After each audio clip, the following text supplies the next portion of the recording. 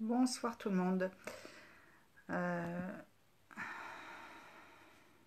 Me voici à nouveau devant vous ce soir. Aujourd'hui pour vous parler à nouveau de l'aromathérapie sur une deuxième partie. Alors deuxième dans le sens de nouvelle partie, mais il n'y a pas forcément d'ordre. On peut regarder celle que j'ai déjà faite après ou voilà, il n'y a pas d'ordre. En tout cas, je voulais aborder l'aromathérapie sur plusieurs angles. J'ai pu vous parler précédemment de l'aromathérapie dans le sens de la définition de ce qu'était une huile essentielle, des différents critères auxquels on pouvait se référer pour s'y retrouver, pour trouver une huile essentielle de bonne qualité, du côté thérapeutique d'une huile essentielle. Donc ça c'est comme une introduction. Et aujourd'hui je vais vous parler donc d'un autre aspect des huiles essentielles qui est peut-être l'aspect le plus important. En tout cas c'est celui qui m'a motivé à vouloir faire ces vidéos. Euh, Puisque c'est l'aspect peut-être le moins sympa, puisque je vais parler de choses pas agréables, mais peut-être le plus important. Puisqu'en effet, aujourd'hui, je vais vous parler de tout ce qui va être précaution, contre-indication, voire toxicité. Donc voilà, le thème n'est pas des plus réjouissants, mais c'est peut-être aussi quand même, je disais, le plus important. On trouve des huiles essentielles un peu n'importe où, sous n'importe quelle forme, un peu partout. Et c'est important de prendre conscience de toutes les précautions qui peuvent être nécessaires autour de ces produits-là et de comprendre que certaines d'entre elles peuvent avoir des toxicités. Donc c'est pas le plus réjouissant des thèmes et en plus forcément c'est un côté plus on va dire scolaire, hein. C'est de l'information pure que je vous donne aujourd'hui, mais il me semble que c'est important. Donc comme toujours, comme c'est en direct en tout cas pour l'instant, sachant que les vidéos sont quand même disponibles après à regarder à loisir, vous pouvez me poser des questions, faire des commentaires et j'essaye d'y réagir pendant cette période en direct de vidéo. Et bien sûr, si j'ai des commentaires après, que ce soit sur la vidéo telle qu'elle est postée sur Facebook ou sur YouTube, je peux évidemment y répondre en commentaire. Voilà. Donc aujourd'hui, j'aborde donc un sujet moins sympathique, mais des plus importants, le côté précaution et les modes d'administration aussi qui sont liés aux huiles essentielles. Alors, le formateur qui m'avait formé l'aromathérapie, j'en ai parlé dans la première vidéo, était un puriste. C'est d'ailleurs un petit peu ce que peuvent lui reprocher certains de ses détracteurs, parce qu'il prendrait trop de précautions. Alors quand il s'agit de produits thérapeutiques, et notamment comme vous allez voir d'éventuelles précautions, contre-indications, voire toxicité qu'on doit prendre en compte, je me dis qu'on n'est peut-être jamais trop prudent. Surtout que c'est mon approche de santé en général. Hein. Je suis sur une approche très naturopathique, très respectueuse de notre corps, de ses propres capacités à s'auto-réguler, à s'auto-guérir, entre guillemets. Et donc je suis toujours sceptique et je suis toujours très précautionneuse quand il s'agit de prendre de prendre, que ce soit en avalant ou que ce soit en appliquant sur notre corps, ou des produits qui vont lui demander de réagir et donc qui peuvent affecter ses propres capacités à marcher de manière extraordinairement merveilleuse et parfaite dès le départ, quoi, si vous voulez ce que je veux dire. Donc le côté peut-être trop précautionneux de mon formateur, moi j'adhère complètement. Je me dis que s'il y a des risques, autant qu'on le sache d'une part, et puis autant le voir s'il n'y a pas d'autre moyen d'aborder le problème qu'on cherchait à résoudre par des produits moins toxiques. S'il devait y avoir qu'une règle, à mon sens, en termes d'huile essentielle, c'est de se référer toujours à un professionnel, justement à cause des choses dont je vais vous parler aujourd'hui. Et je préfère préciser tout de suite, les informations que je vais vous donner là sont des informations généralistes qui, évidemment, par définition, ne remplaceront jamais des informations, des préconisations, des conseils personnalisés d'un professionnel qui s'adresse à vous sur votre problématique et qui sont donc à titre indicatif, qui vous permet simplement de prendre conscience de l'importance de ne pas utiliser ces produits seuls, sans un avis avisé justement. Voilà. J'espère que déjà pour démarrer ça vous va. J'essaye de suivre mes petites notes pour rien oublier. Donc je vais vous parler des différents modes d'administration, mais avant de rentrer dans ce côté mode d'administration, je vais vous parler des précautions générales qui peut être important de prendre avec les huiles essentielles. Alors c'est peut-être des redites, peut-être que vous l'avez déjà entendu, peut-être que ça va vous paraître évident, mais il me semble important de vous les rappeler. Déjà, comme ce sont des produits à portée thérapeutique, comme tout médicament ou produit qu'on va prendre pour des traitements, on ne les laisse pas à la portée des enfants. On ne va jamais utiliser d'huile essentielle sur des bébés et des enfants de moins de 6 ans sans avis médical, ou quand j'appelle avis médical, ou au moins sans avis d'un professionnel, d'un aromathérapeute formé professionnellement. De la même manière et dans la même logique, on ne prend pas d'huile essentielle pendant une grossesse ni pendant l'allaitement sans avis médical ou sans avis d'un professionnel de l'aromathérapie. Vous allez systématiquement éviter le contact avec les yeux. Si jamais vous deviez avoir des huiles essentielles qui arrivent dans vos yeux, j'avais déjà donné, je crois, l'astuce la dernière fois dans la première vidéo. Il y a un geste assez simple à faire tout de suite. C'est de rincer abondamment votre œil avec de l'huile végétale, huile d'olive, ce que vous avez sous la main, huile d'olive, huile d'amande douce, ça peut être une huile de cuisine, ça peut être une huile que vous utilisez pour votre peau en salle de bain, peu importe, sur un coton ou un autre tissu, et vous allez venir vraiment appliquer sur votre œil. Je vous rappelle qu'une huile essentielle ne se dissout pas dans un environnement aqueux, tel que l'eau, donc tel que les larmes, tel que les larmes que vous avez dans vos yeux. Donc en revanche, elles sont attirées, elles sont dans leur élément dans une huile, dans un corps gras, huileux. Donc le fait de venir appliquer un coton ou un tissu avec de l'huile sur votre œil, l'huile essentielle va automatiquement aller se fondre dans ce corps gras. Et donc en retirant toute l'huile de votre œil, vous allez retirer aussi l'huile essentielle que vous auriez malencontreusement mis dans l'œil. Ne jamais utiliser d'huile essentielle pure dans le nez ou dans les oreilles. Et bonsoir Marie-Josée. Et en dernier conseil généraliste, on conserve les huiles essentielles à l'écart d'une flamme. Voilà. Donc ça, ce sont des préconisations générales qui sont valables pour toutes les huiles essentielles. Maintenant, je vais vous parler des différents modes d'administration. Alors peut-être pas tous, je vais vous parler en tout cas de 2 en particulier, mais je vais vous parler de ceux qui existent. Et pour ces modes d'administration aussi, je vais pouvoir vous donner quelques précautions générales. Donc on a ce qu'on appelle d'abord la voie externe.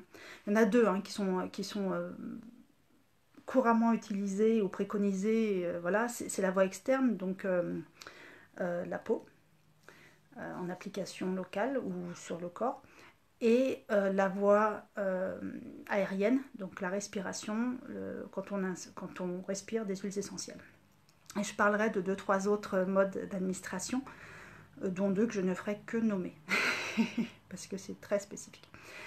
Donc la voie externe, donc sur la peau, théoriquement, on n'applique pas une huile essentielle pure sur la peau, ni sur les muqueuses, sauf sur conseil spécifique d'un aromathérapeute. En général, on la dilue. Sur la voie externe, il peut y avoir différentes façons d'utiliser les huiles essentielles sur notre peau. Déjà par les bains, on en voit souvent des conseils sur internet pour prendre des bains avec des huiles essentielles. Alors, une huile essentielle, je vous rappelle, ne se dilue pas dans l'eau. Donc une huile essentielle, on ne la verse pas pure dans un bain parce que forcément elle va surnager et donc elle va venir en contact directement avec votre peau et non pas diluée dans l'ensemble de la contenance d'eau de votre baignoire. Donc on va d'abord la diluer dans un produit qui va permettre qu'elle se dissolve dans l'eau. Alors il existe un produit qui s'appelle le Solubol, qui est déjà fait pour ça, mais vous pouvez mettre tout simplement dans une base neutre de bain moussant ou non. Je me souviens qu'en formation d'aromathérapie, une personne nous disait qu'elle utilisait de la crème fraîche. Elle diluait l'huile essentielle dans la crème fraîche, elle mettait la crème fraîche dans le bain et du coup ça diluait dans le bain. En tout cas, on ne met pas l'huile essentielle directement dans le bain. ça n'ira pas se mettre dans l'ensemble de l'eau, ça restera surnager en gouttes. Donc c'est surtout pas ce que vous cherchez. Et en plus, si c'est attiré par votre peau, vous serez avec en contact pendant un certain temps avec une huile essentielle pure. Et comme je vous disais, c'est à éviter. Il y a certaines huiles essentielles, il faut savoir qu'elles sont interdites dans le bain. Alors je ne vais pas forcément rentrer dans tous les détails, mais on en a certains qui ont ce qu'on appelle des phénols comme molécules aromatiques prioritaires, les plus importantes, comme la sarriette, le clou de girofle, qu'est-ce qu'on peut avoir d'autre, l'origan. Ce sont des huiles essentielles qui sont extrêmement réchauffantes, qui peuvent même brûler. Donc elles sont interdites dans le bain. De la même manière, tout ce qui va être menthe en général, tout ce qui va être... alors, j'utilise des termes peut-être un petit peu barbares. Les huiles essentielles dont la molécule principale va être les aldéhydes aromatiques, comme par exemple la cannelle. A l'inverse, eux, avec ces huiles essentielles, on risque d'avoir très froid. Ça va refroidir. Voilà. Donc, ces huiles essentielles sont interdites dans les bains. De manière générale, dans un bain, on ne reste pas plus de 20 minutes parce qu'après, votre corps n'a plus forcément la capacité à s'autoréguler en termes de chaleur, etc. Et même avant les 20 minutes, si vous sentez que vous avez de la sueur qui coule sur le visage, quel que soit le temps écoulé, même si ça fait que 5 ou 10 minutes, il faut sortir. C'est que voilà, le corps a déjà dépassé sa capacité de régulation, donc c'est important de respecter ça. Donc ça, c'est le côté bain. Ça peut être agréable, mais voilà, vous voyez quelques précautions. Au niveau massage, c'est-à-dire au niveau de la peau, théoriquement, comme je vous le disais, on dilue toujours une huile essentielle dans de l'huile végétale. Donc ça peut être une huile à portée, entre guillemets, thérapeutique. En tout cas, vous pouvez choisir une huile par rapport à certaines de ses propriétés, qu'elle soit hydratante, qu'elle soit cicatrisante, qu'elle soit, je ne sais pas moi, anti-rides, ou simplement adoucissante, ou simplement basique, neutre, pour pouvoir simplement être un support pour l'huile essentielle. Mais en tout cas, en général, on utilise une huile essentielle sauf indication particulière spécifique d'un professionnel. Et pour la dilution, en général, plus la surface de la peau est grande, plus le dosage d'huile essentielle va être petit. Puisqu'en fait, on va avoir une grande surface de réaction, donc on va limiter, on ne va pas mettre trop d'huile essentielle. A l'inverse, sur une petite surface d'application, très localisée, plus la zone va être réduite, plus on va être concentré en huile essentielle. Évidemment, s'il y a des peaux allergiques et ou sensibles, ou hypersensibles, on va aussi éviter les huiles essentielles. Certaines huiles essentielles sur la peau sont ce qu'on appelle photosensibilisantes, c'est-à-dire qu'elles vont générer une réaction de la peau, notamment aux UV du soleil. Donc pour ces huiles essentielles-là, on va éviter toute exposition au soleil pendant 6 heures après l'application. Donc en général, ce sont souvent des huiles essentielles à base d'agrumes, comme le zeste d'orange, comme le pamplemousse, qu'est-ce que j'avais pu noter comme note, la bergamote, la mandarine. Qu'est-ce que je me suis noté, que je regarde un petit peu, le citron, voilà, mais il y a aussi par exemple des huiles essentielles comme la verveine citronnée. Voilà, donc il y a des huiles essentielles, il faut le savoir, elles sont photosensibilisantes, donc exposition au soleil avec ces huiles essentielles interdites dans les 6 heures qui suivent. Alors, je ne vais pas rentrer dans les détails parce que là on devient vraiment sur quelque chose d'un petit peu très, très scolaire.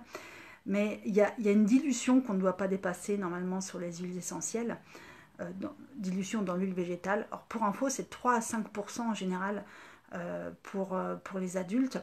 Il y a des limites encore plus basses pour certaines huiles essentielles, justement à cause de leur éventuelle toxicité sur la peau, comme la sarriette, comme la cannelle, comme le girofle, comme l'origan. Comme le thym, un thymol, j'essaye de réfléchir par rapport à mes notes. Voilà, là on va être sur 1%, vous voyez, de dilution, donc on est sur quelque chose de très très bas. Et puis sur le visage et sur le cuir chevelu, on va être même à 0,5% de dilution. Donc ça pour vous dire que du fait de ce côté super concentré et super puissant des huiles essentielles, on est sur une dilution assez petite et ça suffit amplement. Au-dessus, ça peut être dangereux peut-être pas, ça dépend des huiles essentielles, mais potentiellement toxique. Alors, la dilution n'est pas toujours facile à calculer, honnêtement, parce que c'est pas, vous savez, les petits bouchons en plastique qu'il y a au bout des bouteilles, là, le compte-gouttes que vous avez au niveau des huiles, des bouteilles d'huile essentielle, on appelle ça des codigouttes. Et les codigouttes, eh ben, ils ne sont pas normalisés. C'est-à-dire qu'en fait, la grosseur, le volume d'une goutte, d'une bouteille à l'autre peut être différente. Et c'est un peu embêtant parce que du coup, pour calculer la dilution, des fois, c'est un peu compliqué. Alors, il existe quand même pour info une normalisation des gouttes. Ce sont les gouttes médicales qu'on appelle les gouttes Codex. Ça, elles sont normalisées, la taille, le volume de ces gouttes-là, c'est normalisé. Et 1 ml d'huile essentielle correspond à 40 gouttes Codex. Sauf que dans les codigouttes, ces petits embouts plastiques qu'il y a au bout des bouteilles d'huile essentielle, selon le calibre de ces petits embouts, ils vont correspondre à 1 à 2 gouttes Codex. Donc globalement, si je vous dis qu'il y a 40 gouttes Codex dans 1 ml d'huile essentielle, et si vous avez un doute sur le volume des gouttes qui sortent de votre petite bouteille d'huile essentielle, prenez pas de risque. Elle est plutôt partez du principe qu'elle compte gros et que ça fait des grosses gouttes, et partez sur 20 gouttes par millilitre, quoi. Vous serez sûr, en tout cas vous ne ferez pas de surdosage. Il vaut mieux aller dans ce sens là, sauf si vous êtes sûr qu'en effet ce sont des gouttes style Codex, et dans ce cas là vous pouvez jusqu'à 40 et ça fait 1 millilitre. Voilà, ça c'était pour la voie cutanée, ce qui est important parce que on utilise beaucoup en voie cutanée, hein. Le deuxième mode d'administration qu'on utilise beaucoup, c'est la voie aérienne, donc par la respiration. Alors c'est un outil qui est super intéressant et avec lequel il faut prendre beaucoup de précautions, parce que en inspirant les molécules aromatiques, on arrive directement au niveau de nos poumons, donc directement là où se fait le lieu d'échange avec notre oxygène et notre dioxyde de carbone dans notre sang. Donc en fait, ça va directement dans le sang, et en termes de vitesse de pénétration, on est sur le principe d'une intraveineuse. C'est pour ça que ça m'agace un peu, je suis désolée de le dire, quand je vois toutes ces huiles essentielles qu'on utilise comme parfum.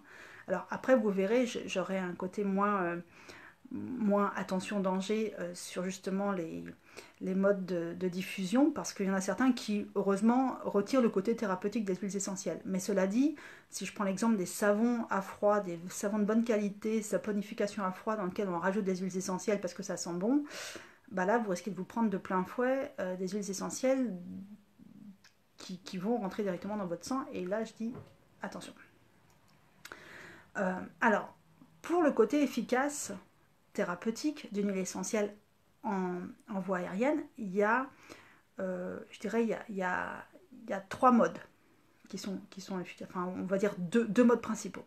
Il y a simplement le fait de respirer une goutte d'huile essentielle, que ça peut être sur un mouchoir, ça peut être sur la main, s'il n'y a pas de contre-indication par rapport à votre peau, ou au-dessus de la bouteille.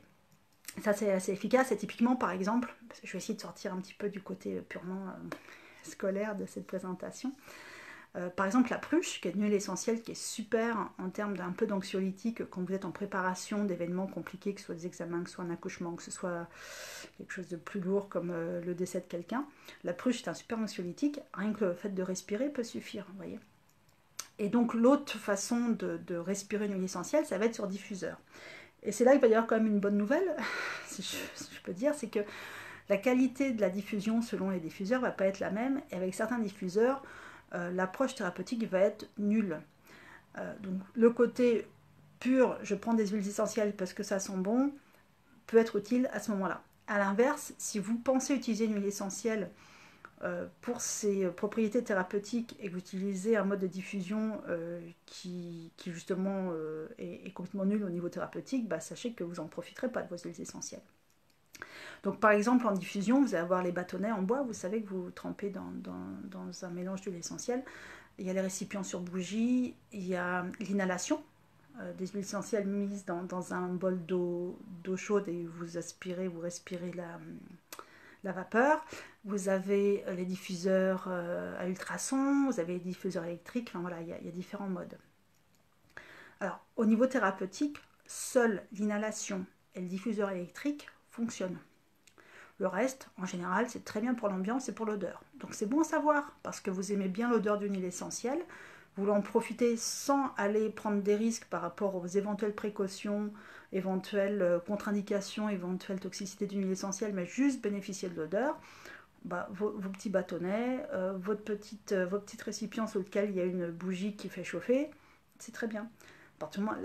Notamment par rapport au fait de faire chauffer, ça va tuer, ça va brûler les molécules thérapeutiques, donc vous n'aurez que l'odeur. En revanche, à l'inverse, en effet, si vous souhaitez utiliser une huile essentielle à raison thérapeutique, à des fins thérapeutiques, par voie je vais y arriver, aérienne, il faudra utiliser soit l'inhalation, soit le diffuseur électrique.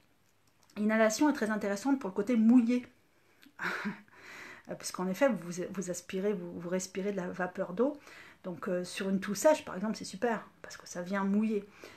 À l'inverse, si vous voulez travailler sur les poumons et que vous voulez éviter d'apporter de l'humidité dans vos poumons, vous serez plus sur le diffuseur électrique. Il y a des huiles essentielles qu'on ne diffuse pas. Pas, quel que soit le mode. Surtout en mode thérapeutique. On va revenir souvent sur les mêmes, hein, l'origan, la sarriette, le thym, la thymol, le clou de girofle, la cannelle, les menthes en général, les licorices italiennes, le romarin verberone. Voilà, ça ce sont des huiles essentielles qu'on ne diffuse pas. Et quand on ne diffuse pas plus de 20 minutes par heure. Chez un enfant, dans la chambre d'un enfant, on va diffuser au moins une demi-heure avant le coucher de l'enfant. Et puis quand on utilise la diffusion dans une pièce, quelle qu'elle soit, que ce soit pour des raisons thérapeutiques ou simplement l'odeur, on pense à aérer régulièrement quand même. Voilà. Quoi dire d'autre par rapport à ce côté aérien? Pas grand chose. Je ne peux que répéter encore et encore que malgré ces conseils que je vous donne, qui peuvent avoir un côté peut-être spécifique et pratique, ça reste des conseils généralistes et qu'il est important de vous faire préciser ce que vous devez utiliser et comment par un professionnel en fonction de votre cas à vous. Voilà. Et je vais passer je vais passer aux 3 autres modes d'administration, ce qui n'est pas tout à fait vrai. Je vais vous en nommer 2 que je ne peux pas parler parce que tellement elles sont spécifiques et tellement elles doivent être préconisées par des professionnels. C'est les voies vaginales et les voies anales. Mais il existe aussi la voie interne, le fait d'avaler une huile essentielle. Alors ça, je pourrais presque mettre avec les 2 autres parce que c'est vraiment très spécifique, c'est très délicat, on ne le fait que sur conseil d'un professionnel. Et c'est pour ça que quand je vois certains restaurateurs qui parfument leurs plats avec des huiles essentielles, je me dis, mon Dieu, est-ce qu'ils savent ce qu'ils font? Alors s'ils le font cuire, à la rigueur, je dis, il n'y a peut-être plus grand-chose, puisque c'est brûlé. Mais si c'est rajouté comme ça, froid, sur un plat, je me dis, oui. Voilà, mais non, c'est vraiment, on fait attention. Et en plus, l'absorption par voie digestive d'une huile essentielle, ça ne concerne que certaines huiles essentielles. Et de toute façon, elles ne seront jamais utilisées pures. On va utiliser un mélange de corps gras, on va les mélanger dans un corps gras ou éventuellement dans du miel, mais on ne va jamais les avaler pures.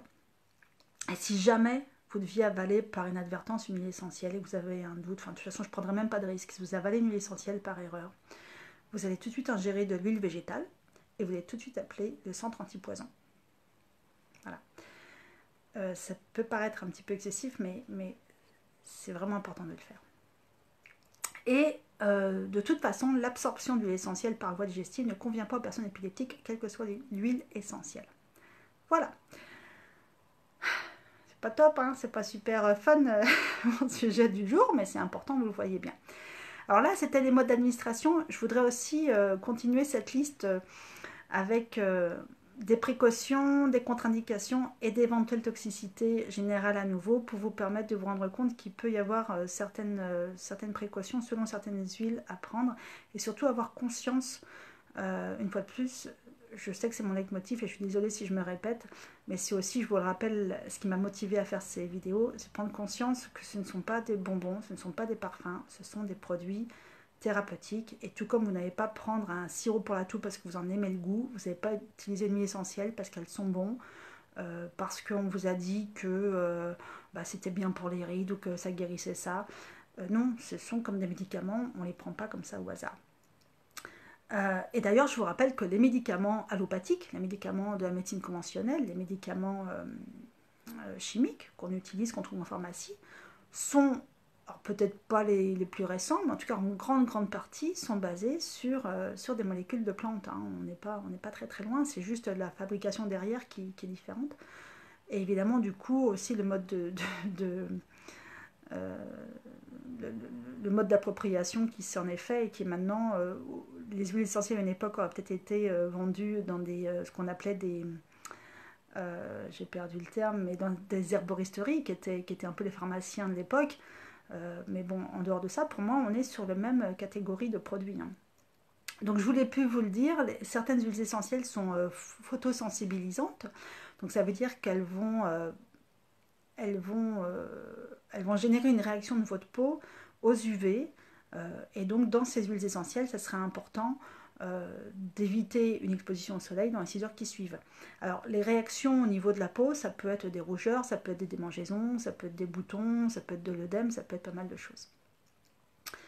Il y a certaines huiles essentielles qui vont être dermo et ou hépatotoxiques. Donc dermotoxiques, ça veut dire qu'elles vont avoir un effet d'irritation ou de brûlure sur la peau. Et puis au niveau hépatotoxique, évidemment, elles peuvent avoir des effets, des dommages, des effets toxiques sur le foie.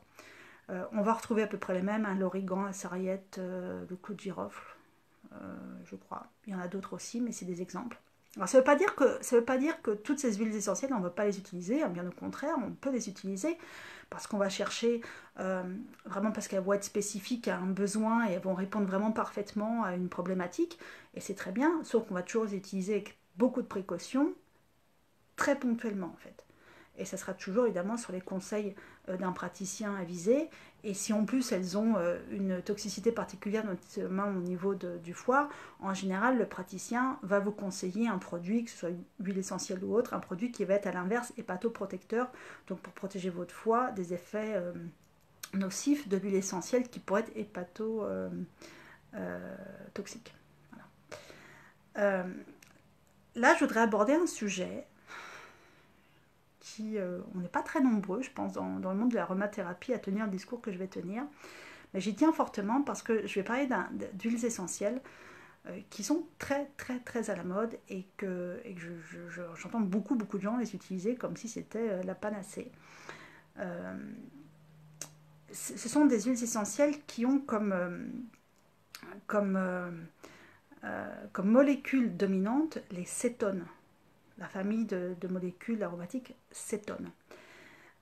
Les cétones, je vais utiliser des pincettes pour entamer cette partie-là, sont potentiellement neurotoxiques, c'est-à-dire qu'elles s'attaquent au système nerveux. Exemple, donc, la menthe poivrée. Je pense, alors le titri fait partie certainement des ventes les plus importantes d'huile essentielle, mais je pense que la menthe poivrée doit être très bien positionnée. J'ai vu qu'on en recommande à tout bout de champ, on s'en met là un peu dès qu'on a la tête, etc. Pourquoi pas, hein. Une fois de plus, c'est comme celle dont j'ai parlé précédemment. Il peut y avoir une toxicité, mais on peut choisir d'en prendre parce qu'à un moment, c'est important de pouvoir bénéficier des bienfaits d'une huile essentielle. En revanche, ça sera toujours très ponctuel et sera toujours sous conseil avisé.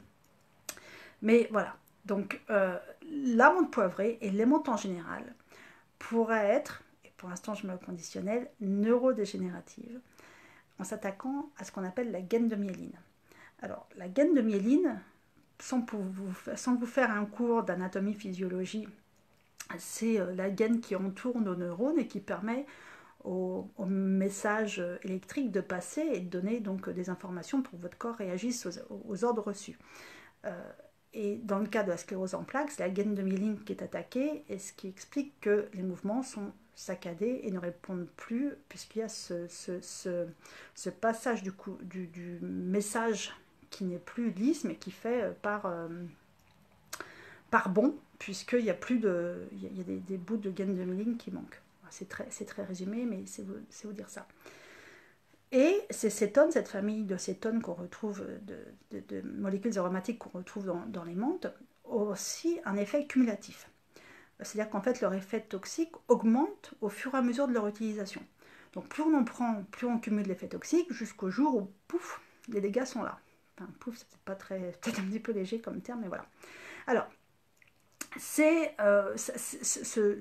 sujet des cétones divise. Moi, je me souviens avoir une discussion assez vive avec une aromathérapeute voilà, qui fait des recherches, enfin, quelqu'un de très très sérieux, et on a eu une discussion un peu vive là-dessus parce que, euh, comme elle me l'a dit, tous les cétones ne se valent pas ou ne se vaudraient pas.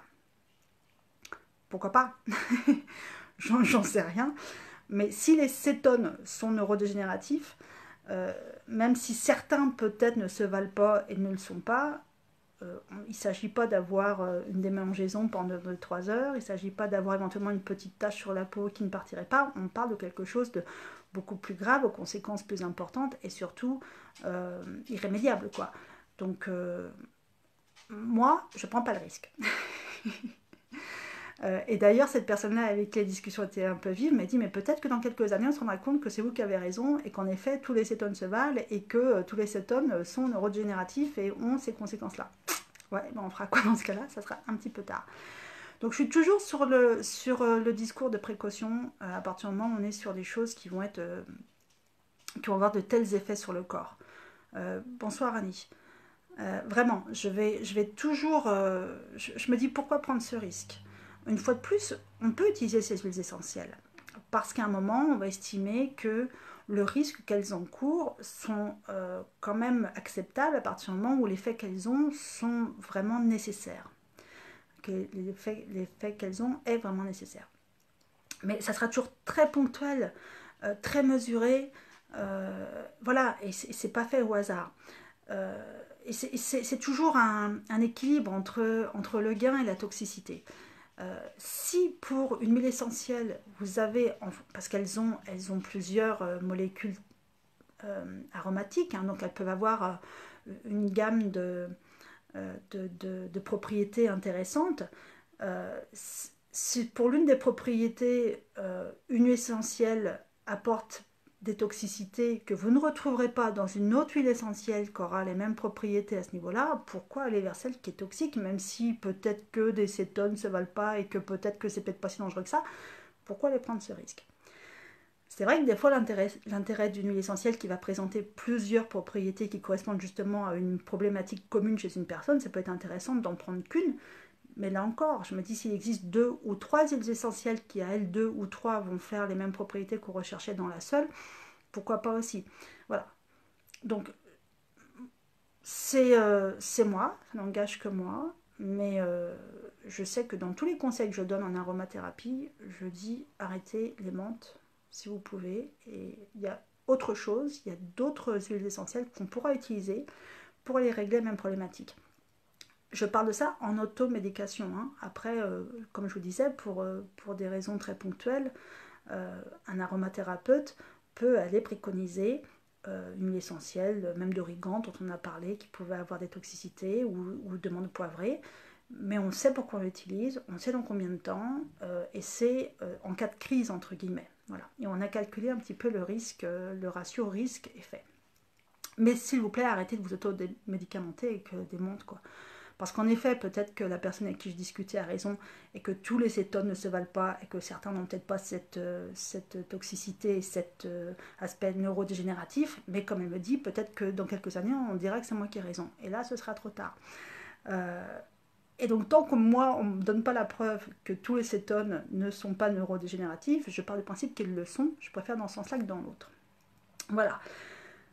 Et pour finir un petit peu cette liste, pas très sympa, pas très réjouissante, j'en ai plus pour longtemps. Sachez qu'il y a des huiles essentielles qui ont un impact important sur le système endocrinien, donc hormonal. Et dans ce cas-là, clairement, elles vont être contre-indiquées en cas de cancer hormonodépendant. Je vais donner un exemple d'une autre huile essentielle qui est très utilisée, je pense, c'est le niaouli. Donc là, cette contre-indication-là importante. Et aussi, il faut savoir que le niaouli peut modifier le cycle chez les femmes. Donc c'est pas à prendre comme ça au hasard non plus. Et il y a d'autres huiles essentielles qui impactent le système endocrinien et ou qui vont être déconseillées en cas de cancer, notamment hormonodépendant. Certaines huiles essentielles peuvent assécher les muqueuses, respiratoires notamment. Ça, c'est pas forcément une contre-indication très grave, mais c'est à prendre en compte. Ça fera partie des huiles essentielles que je conseillerais. Il y en a une que j'aime beaucoup, qui est l'huile essentielle d'eucalyptus radié, qui est super efficace sur un certain nombre d'infections ORL. Mais en effet, on sait qu'une des contre-indications, enfin une des précautions qu'on doit prendre, c'est qu'elle peut assécher les muqueuses respiratoires. Et ben dans ce cas-là, dès qu'on se rend compte que nos muqueuses respiratoires s'assèchent, on arrête le traitement et c'est tout. C'est pas les effets définitifs et irrémédiables d'une menthe poivrée qui s'attaquerait à la gaine de myéline. Vous voyez un peu la différence. Et puis après, en fonction de vos pathologies, de vos difficultés, il y a certaines huiles essentielles aussi qui peuvent être contre-indiquées parce qu'il y a insuffisance rénale, par exemple. Ça va être le cas du pin sylvestre, qui est contre-indiqué en cas d'insuffisance rénale.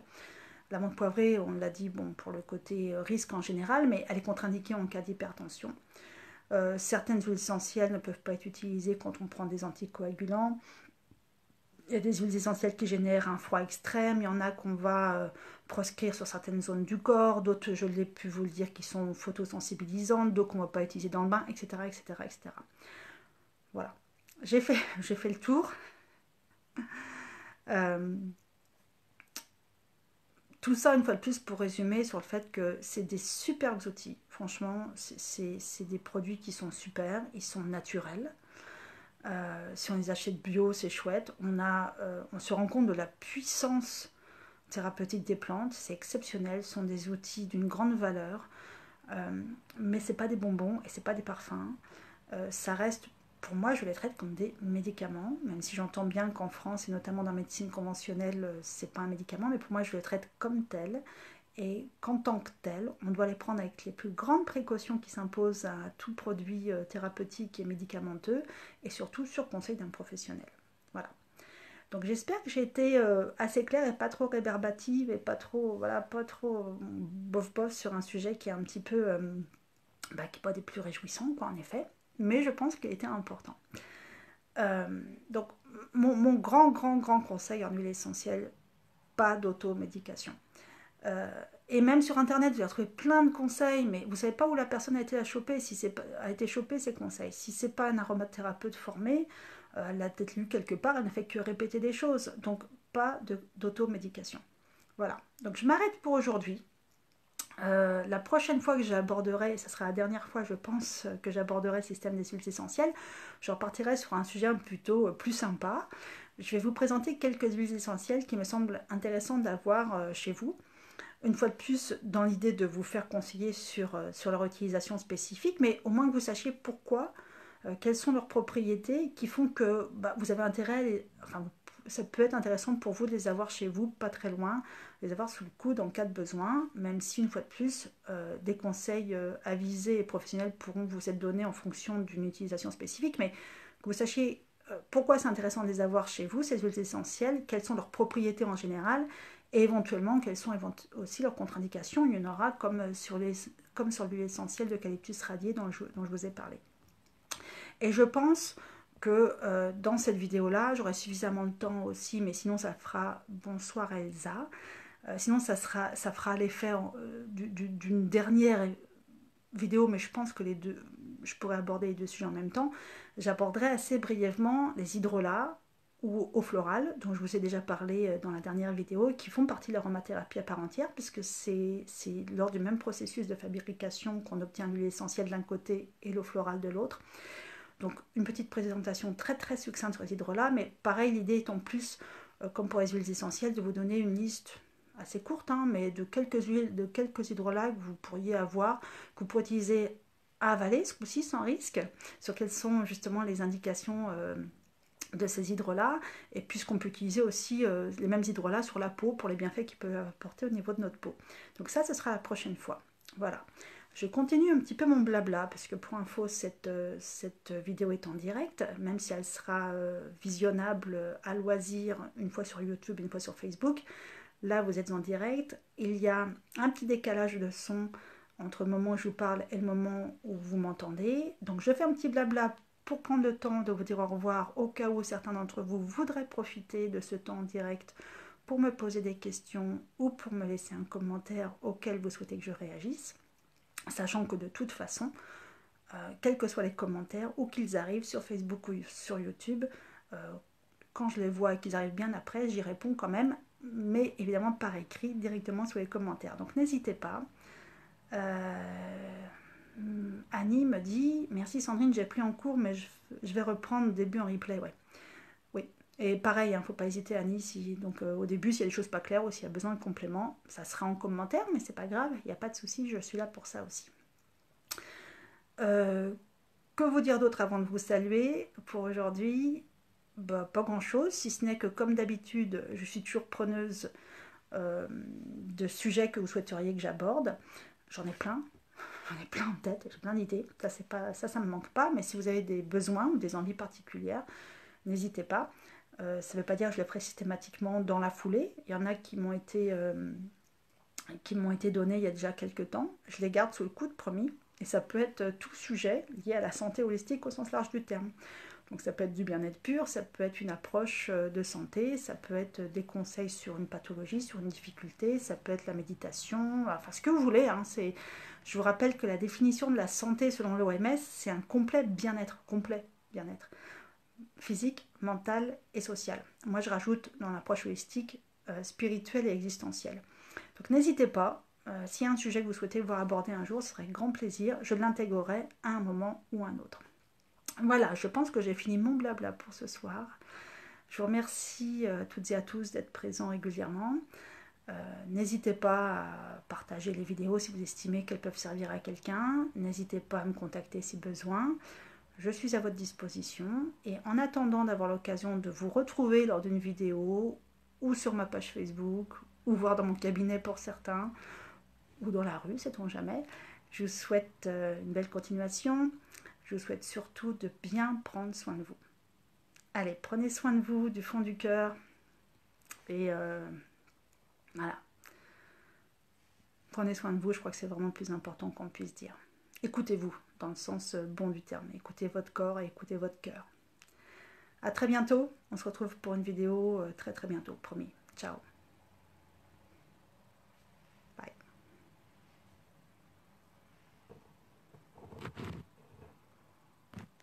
Merci les âmes. Au revoir.